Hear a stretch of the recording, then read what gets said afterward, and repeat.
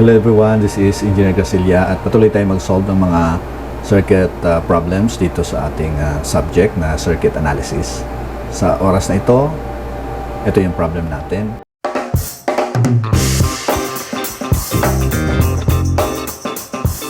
Sabi doon, transform the following sets of time expressions to their phasor equivalent. So, yun yung letter A, naka-time expression siya, or makikita mo may function siya, at saka may t, yan, may mga t siya. So, ibig sabihin naka-time expressions. Pati yung letter B, ganun din. Yun yung time expressions natin.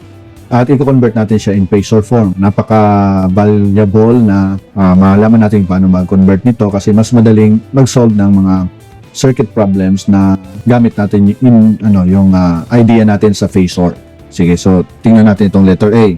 So bali, gawin ko muna dito is kunin ko na yung capacitive reactance. Kasi capacitor ito. So yung pagkuha ng capacitive reactance ay mag-multiply lang tayo ng omega. Dito sa ating given, yung omega dito, ayan, 1,000.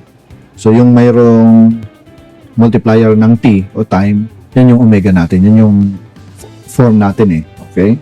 Ang xc is actually equal to 1 over kay j, sama ko yung j, omega c. Ito ay 1. Nandiyan naman lahat yan sa given. So yung ating omega nandyan 1,000 at yung c ay ito 6.667 microfarad. So j, yung omega natin ay 1,000. Tapos 6.67 microfarad, gagawin natin farad siya times 10 to the negative 6 quantity.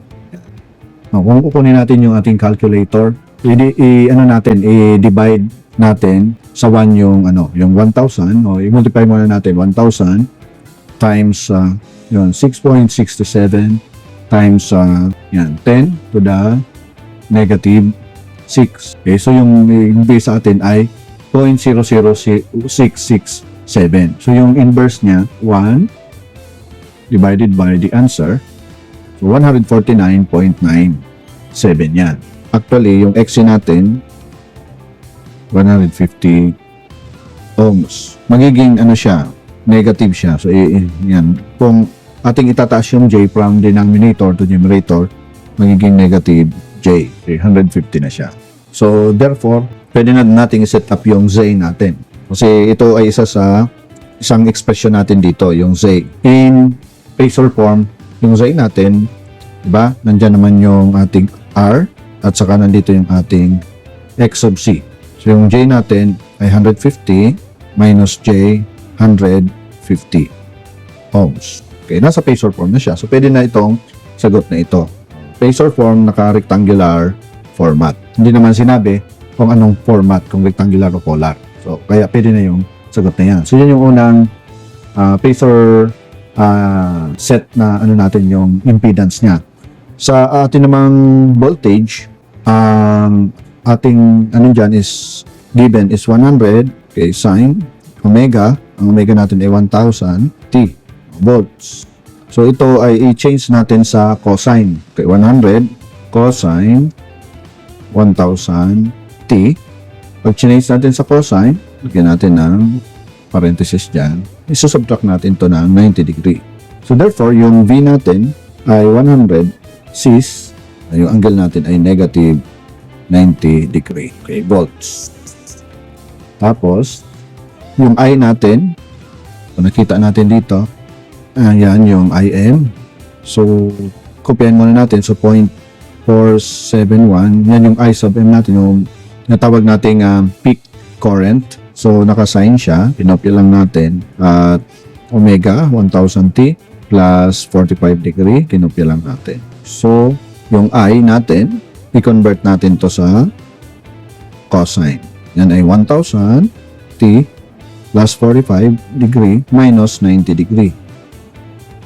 So, therefore, ito ay magiging 0.471 cosine 1,000 t 45 degree minus 90 degree negative 45 degree. So therefore, yung I natin dito, so in phasor form, yan ay 0.471 angle or C is negative 45 degree ampere.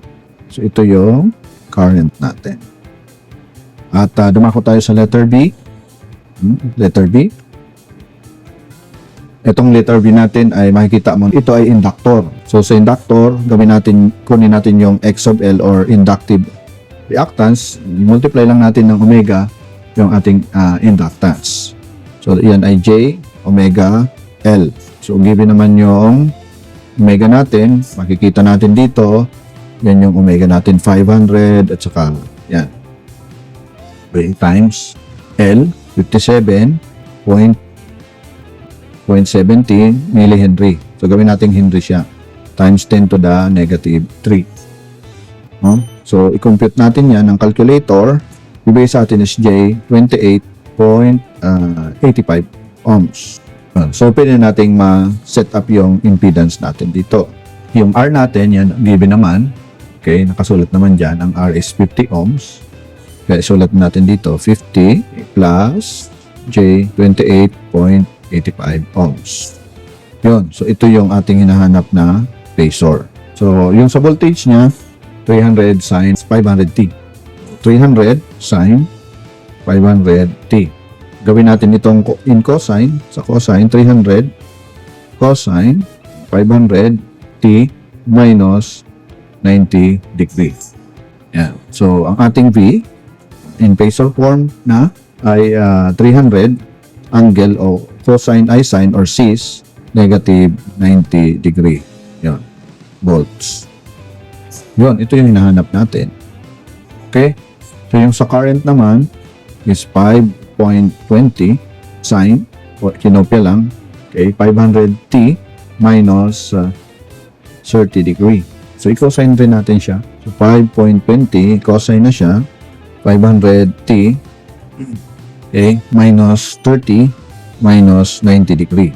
So, yung I natin is 5.20 cosine 500t minus 30 and 90. Pag inad natin siya, 120. So, therefore, yung ating I in phasor form ay 5.20 okay, cis of negative 120 degree ampere. Yun. So, ito yung ating sagot. Yan. So, nakuha na natin yung sagot. Yung tatlong tinatawag nating sets. No? Yung time expression natin, convert natin sa phasor form. No? Ayan. Sa A and B. So, maraming salamat sa iyong panonood sa video ito na nakatulong ito sa pag-aaral mo sa circuit analysis. Kung hindi ka pa nakapag-subscribe, mag-subscribe ka na lang at mag-comment ka dyan sa comment section. Maraming salamat. God bless you.